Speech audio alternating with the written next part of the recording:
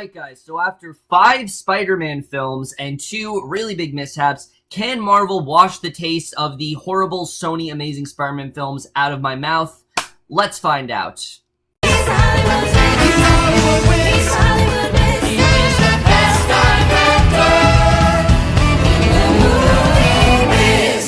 Hey guys, it's Kevin again. This is going to be another movie for you guys, and you guys obviously probably knew what this movie review was going to be for, especially based on all the reviews that I've been doing throughout the week. As you guys know, the big movie, of course, coming out this week is, in fact, Spider-Man Homecoming, and obviously, that's the movie I'm going to be reviewing to you guys. And obviously, I was hyped for this movie for a large multitude of reasons. One, I've always loved Spider-Man, you know, since I was a young kid. I think Spider-Man has always kind of been my favorite superhero. I used to have a huge obsession with Spider-Man and well, not like an obsession, more like I just really always enjoyed the character. You guys know I used to have like a poster boarding my wall and things like that, you know, back in like the dark ages of my channel.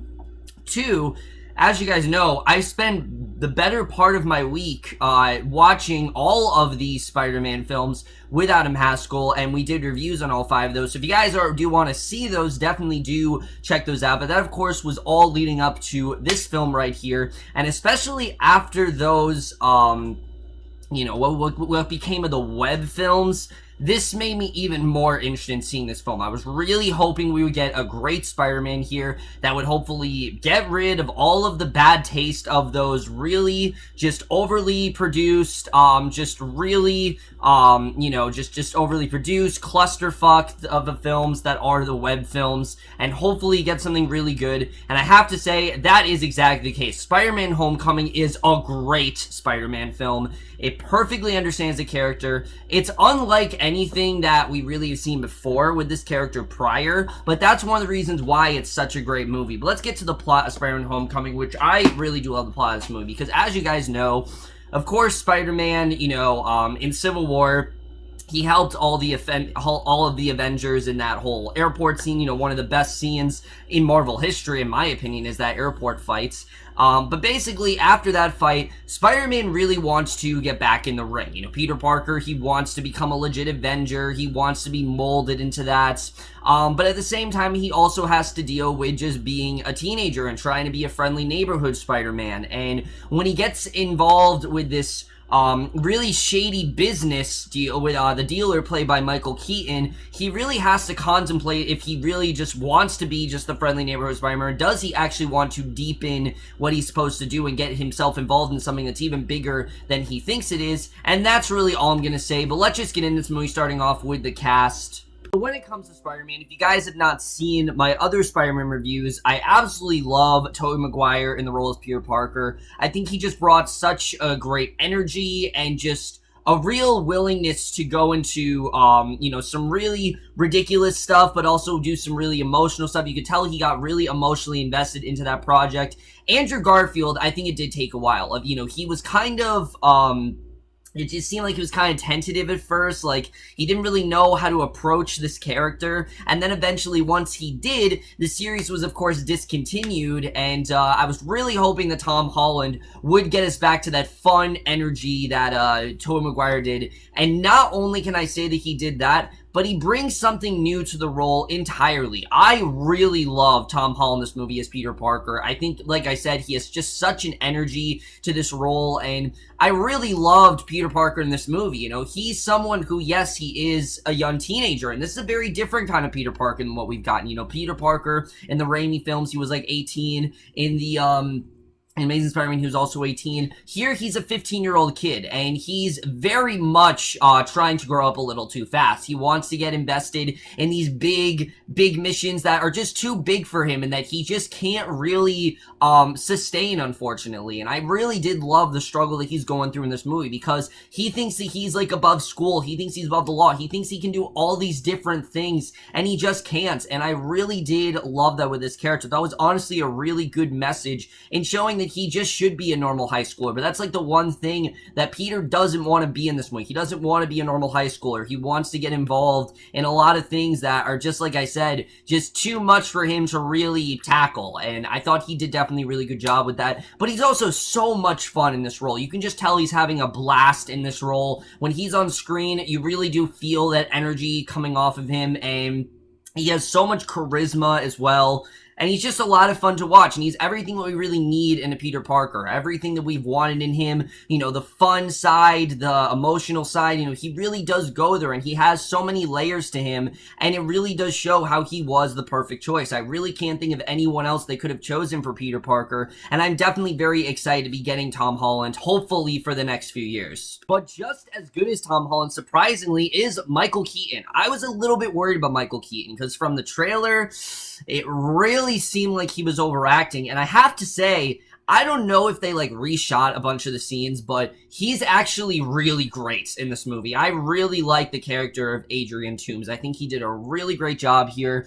I will say that for the first hour of the film, I didn't really care as much about his character. Once a huge twist happens, then I really started to get on board with him. I'll get more into that, like I said, into the writing and things like that. But Michael Keaton, again, just did a really good job. He's really menacing and intimidating, and you really don't know what exactly is going on with him. Obviously, he's in this really, like I said, shady business where he, like, supplies weapons to criminals, and I thought he definitely did a really good job. I definitely really did love his role here. You could see the determination in him. You know, you could really see why he is going up against someone like Spider-Man and what he really does want to do, and I thought overall he definitely did a really good job. I really did love his role here, and for me, this has to be by far one of the best Marvel villains we've had. Marvel has always had a problem with villains, that their villains are very throwaway, and I'm happy to report this is one of the first ones in a while that's actually not that. I thought we had a genuinely great villain here. I really loved what Michael Keaton brought to this role, and they took what could have been a really throwaway villain and actually made him so much more than that, and that was something I was definitely very impressed with. So when it does come to this movie, the one character that I was kind of worried about had to be Zendaya's character, Michelle Jones. I gotta say that while I do think her character wasn't exactly necessary in this film, and she doesn't really have a large role, she definitely is a very interesting character. She's very reclusive. She's always kind of in books, you know. Every time Peter sees her, she's like reading or something like that. I thought overall she was just a really interesting character, and I'm definitely interested in seeing where they're going to take her in the next few films. I can't really say much more about her other than that, but she definitely did do a really good job, and really did, I wouldn't say she blew me away, but I definitely can see why they cast her, because before I was like, why Zendaya? No, I think she was absolutely the right choice. I think she definitely did do a really good job here, and in general, I was very impressed with what we did get with her here. Someone else I absolutely have to talk about is Jacob Batalon as Parker's best friend, Ned. Now, Ned is a character that I don't think is in the comics. They actually made him for this film, but I really liked it, actually, because, again, it's bringing something very different that we haven't seen before. Ned, like I said, is Parker's best friend, and it worked really well. I definitely really love the bond that these two really had. And unlike the, you know, the web films, you can tell that these two are, in fact, outcasts, and they really do it, you know, they know they're outcasts, and they have this friendship, and I think, again, it just added something new to the film that we hadn't seen before, and I thought he was just a lot of fun. At times, he did get a little bit too much. I will definitely say there were times where he was just a little tad annoying, but for the most part, I thought he was still a lot of fun. I really did love what he did here. I love that he actually did want to get involved with, you know, what Parker was doing, and I thought he definitely was just a lot of fun. I definitely really did love the team that Ned and Parker eventually do form.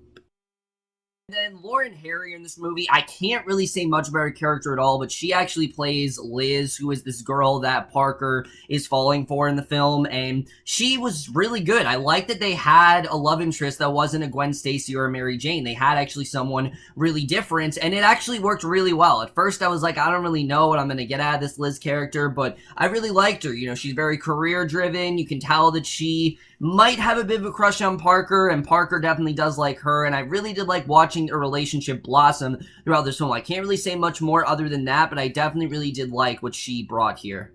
Now, Robert Downey Jr., is he in this movie? Yes, absolutely. He is in this movie, but he's not in it nearly as much as the trailers made him out to be. And that's not necessarily a bad thing. Stark still does have a pretty large role in this film. It's just not in the way you think. He very much is sort of like the mentor to Parker. You know, he's trying to mold Parker and see if he really is ready to be this, you know, this big Avenger, and really see if he, you know, he wants him to just be a normal kid, and he's trying to look after him. And I really did like the bond that these two did have throughout the film. You can tell that Stark, he's trying to be this sort of like father figure towards Parker, because, you know, there's no Uncle Ben in this film. So Stark kind of does play that role in that way, and I really did love the bond that these two had. I thought it was honestly a really smart choice to throw him into this movie. It adds a whole other layer that we have not seen before, and that was something I definitely really did enjoy, was the eventual friendship and sort of bond that these two did have throughout the film. Actually, surprisingly, Jon Favreau is in this movie more than anyone as Happy. I actually really did like his character here. Now, I haven't seen Happy since, like, the Iron Man films, which I haven't watched those films in, like, years, so I can't really say much about him, but he was definitely really great. I really did love what he and, you know, the bond that he and Parker formed again. I thought Parker did a really good job. I mean, I think definitely Jon Favreau was really good in the role. I really liked what he did here. And then the only other person I really want to talk about, of course, is Marissa Tomei as Aunt May, which this is a very different Aunt May. In fact, Parker doesn't refer to her as Aunt May. He just calls her May in the film, but that's because she's a lot younger than what we've come to know. And I have to say, I thought it worked really well. This is someone, you know, she's young enough that she can give Parker dance lessons when he's going to a homecoming dance, and she can give him relationship advice. But she's not too young to the point where it's like, oh, there's no way the Park would be living with her. I thought it made a lot of sense, actually. I really like what they did with Marissa Tomei here. I thought that her and Tom Holland actually had really good chemistry. I thought they worked really well together. And especially what they do with her at the end of this movie, I can't wait to see really where they're going to go with her. It was a really different kind of bond. It was very, like I said, very different kind of Aunt May. But this movie really does relish in the idea of changing things up and creating a new kind of Spider-Man. That was something that I definitely was on board with, them even more on board with than I was before. Alright, so now let's get into directing and the writing, because that was the main problem when it came to the web films, is that the cast was okay, not really the first one. The cast really wasn't that great. The second one, they weren't really that great either, but the casting was for the most part good.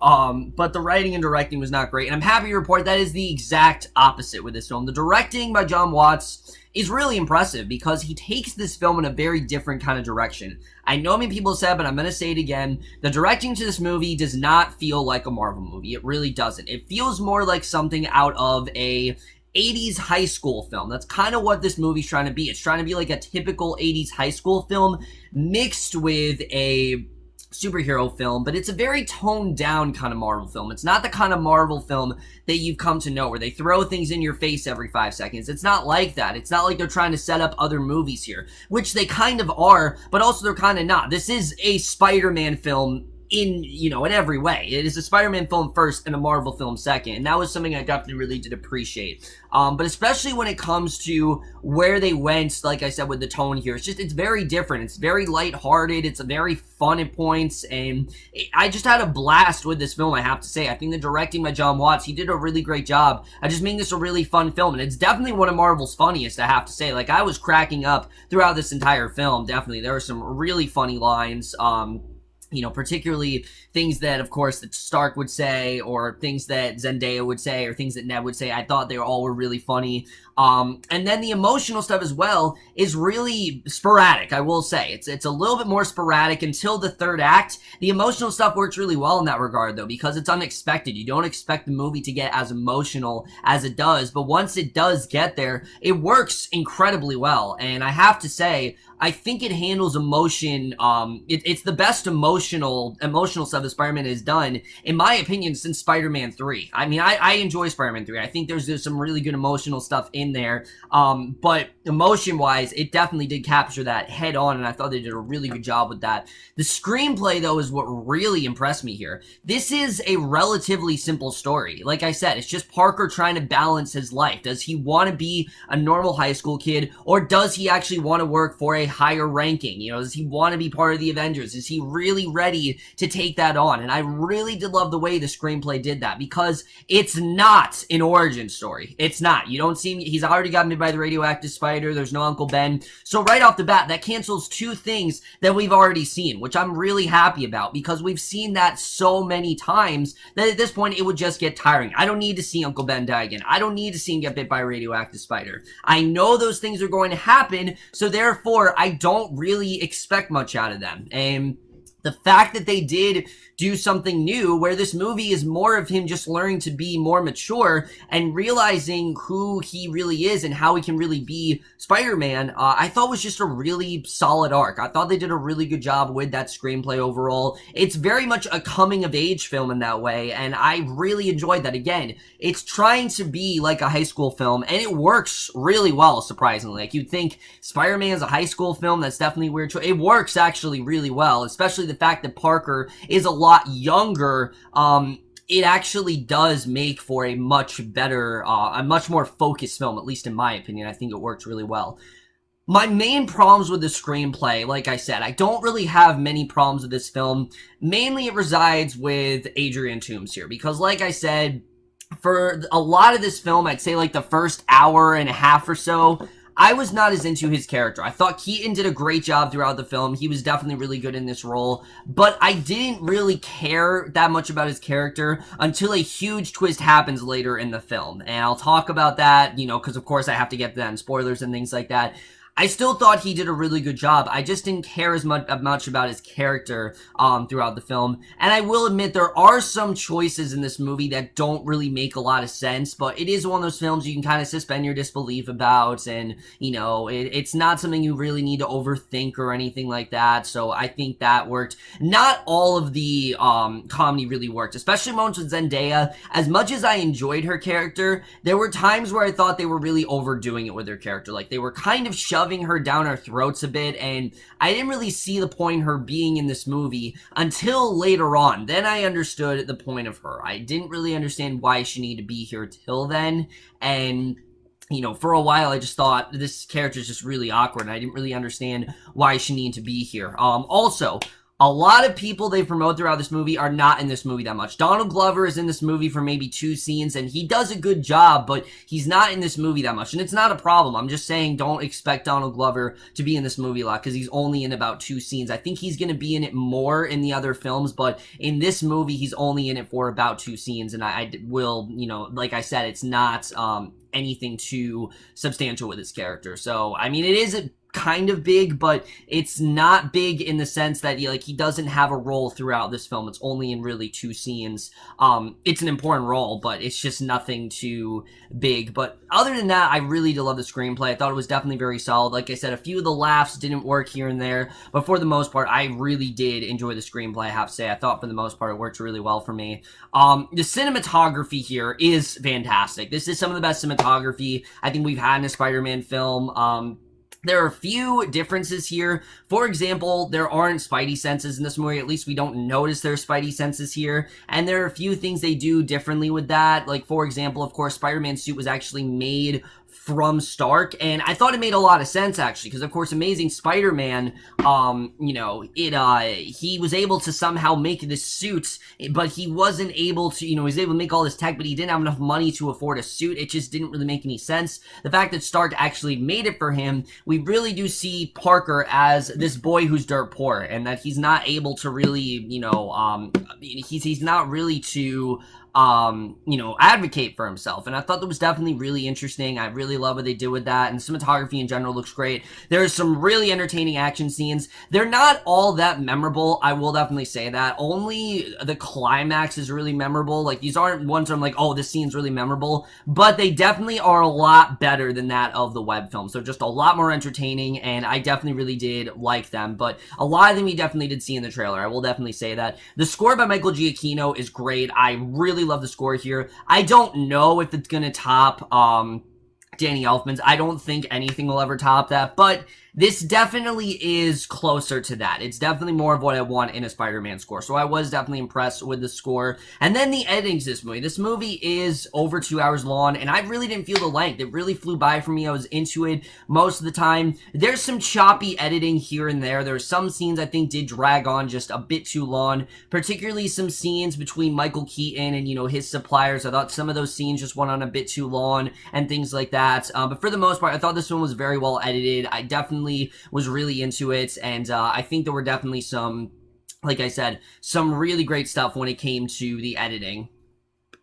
But now, guys, I do want to quickly get into spoilers, because this movie, you have to. I know I didn't talk about spoilers for the other films because they were collab reviews, but for this movie, I have to talk about spoilers. I just can't get into how much I enjoyed this movie without the spoilers, so let's get into it. If you guys haven't seen Spider-Man Homecoming, do not watch the rest of this review. I'm just going to get into spoilers right now. Let's just get into it right now.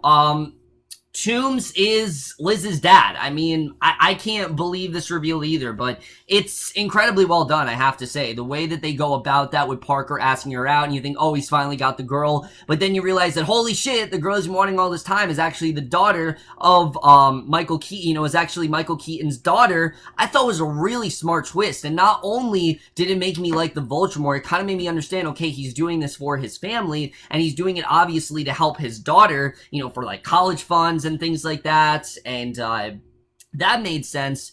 But it also gave us this really cool connection between Parker and between Toomes, because of course Parker saves Liz in the film. He saves her when they're in that elevator in the Washington Monument, which that scene was also incredible. I really did love that action scene. But in the elevator in the Washington Monument, he saves her there. So of course Toomes thanks him for that, and now they have this connection where Toomes wants to kill him. Like, he doesn't want Peter, he doesn't want Parker involved, but he doesn't want to because he saved his daughter, and I thought it gave us this really great bond between them, and the way that Toomes kind of has a debt to pay to Parker, especially when we get to that final scene. I mean, you knew Parker was obviously going to interfere with Toomes. He wasn't going to stop there, but the fact that he doesn't kill Toomes, I mean, we have to talk about that. This is the first Spider-Man film where a villain doesn't die or get vaporized. In fact, yes, he is, brought to justice, but Parker actually saves Toomes, and that is Spider-Man.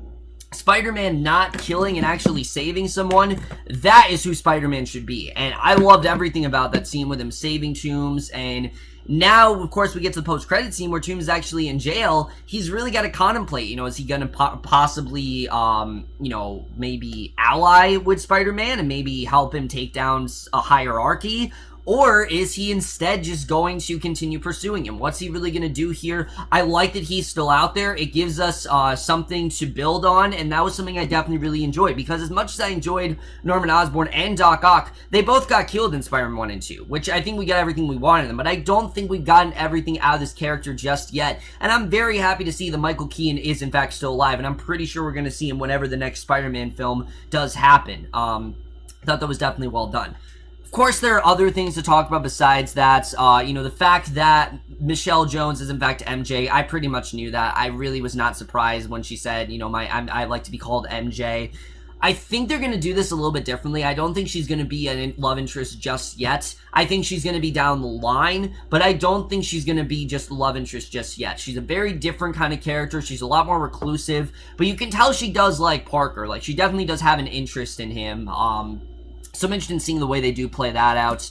And then, of course, when Stark offers Parker this job as the Avengers, everyone thought that Spider-Man was going to be in Avengers Infinity War. I'm pretty sure this confirms he's not going to be, because he decides, no, I just want to be a friendly neighborhood Spider-Man. I'm just, I'm fine on my own. And I actually really did like that, because if he was in Infinity War, I think it would have been cool, but I think at the same time it would be just a little bit too overcrowded, and I think, the Guardians being in is enough. I don't think we need, and the Doctor Strange characters, I don't think we necessarily need Spider-Man in Infinity War. Maybe he'll play a role, like a smaller role, but I like that he actually turned it down. It was a really good development for him from the beginning of the movie, wanting to be an Avenger, to realizing that he really can't handle it just yet, and it's really not for him. I thought it was just a really solid conclusion overall. I thought that was definitely really well done. And then, of course, the very end where, you know, he gets that suit back from Stark, which I love that scene where Stark was talking him down and Stark actually gave him back the suit. And then who comes in? Aunt May actually comes in, and now May might actually know that that Parker is in fact Spider-Man. I can't wait to see the way that's going to go down. And if they're going to do in this series with everyone else knowing that he is in fact Spider-Man, I think it's an interesting twist. I know a lot of people are saying, oh, it takes away a lot of the mystery, it takes away a lot of the fun, but like I said, they're doing something really different with this series. It's clear they're taking Spider-Man in a very different direction than we've seen before, and I think May finding out is part of that other direction they're doing. They're doing something really different with Spider-Man, and I'm all for it. I like that they're changing things up. I like that they're not trying to be like the Raimi films. They're not trying to be like the Webb films. They're trying to be their own thing, and that's one of the reasons why I am completely on board with this twist. I can't wait to see where this is going to go. I think it's a really interesting direction for this series overall, and I think it really was the perfect capper to this movie as a whole. So overall, guys, Spider-Man Homecoming is a great Spider-Man film. I really did love this movie overall. I think it was definitely a very, very well done start to the Spider-Man series. I think, like I said, we're headed in a much different direction, but there are also a lot more possibilities. You know, Spider-Man now being handed over to Marvel and having those rights, now we're able to get a lot more stuff with, you know, with Spider-Man, incorporate him in more things and things like that, and I can't wait to see really where they can go. The possibilities really are endless for this character, and it's really never been a better time for a Spider-Man film than it is now. I think definitely this is a Spider-Man film that we need. I think it's the one that we have been waiting for, and I can't wait to see where else did you take this character, but I really did love this movie overall, and I'm absolutely going to give Spider-Man Homecoming an A-. So overall, guys, that's in my review, Spider-Man Homecoming. Let me know what you guys thought of this movie overall. Loved your thoughts on it. How does this movie hold up to you? Did you like this Spider-Man film? If you guys want to see the links to the other Spider-Man reviews, I will, in fact, leave a link to that in the outro of this video. Definitely look forward to that, guys. But that's it for this video. Hope you guys enjoyed it, and I will see you guys in my next video, which, like I said, will be, I don't know, I think it'll be for Fear the Walking Dead, because I do have to catch up on that show, and I will see you guys for that. Okay, bye.